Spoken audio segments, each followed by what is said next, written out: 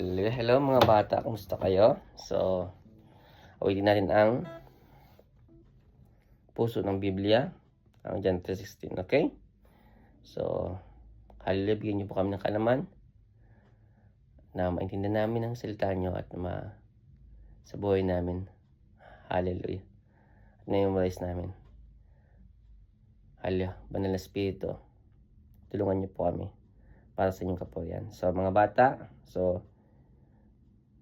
ito yung John 3:16 na Tagalog, okay? Naniniwala ako na kayang-kaya niyo ito para sa kapurihan ng Panginoon, okay? Amen.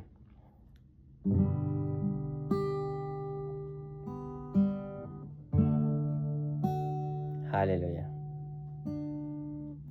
Sapagkat kayo na lamang pagsinta ng Diyos sa sanlibutan, na ibinigay niya ang kanyang bugtong na anak, upang ang sinuman sa kanya'y sumampalataya ay hindi mapahamak, hindi magkaroon ng buhay na walang hanggan.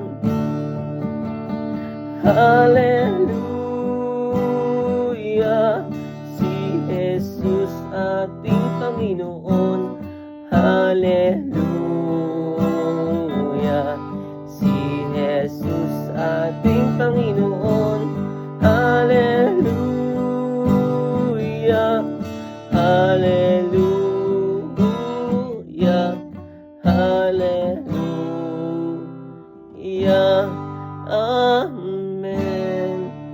Amen. Glory to God. So, praise the Lord. So, thank you, Lord God. So, I believe na makakaya nyo yan, okay? At may memorize nyo yan, okay? Para sa kapurihan ng Diyos. So, kakantayin natin ito.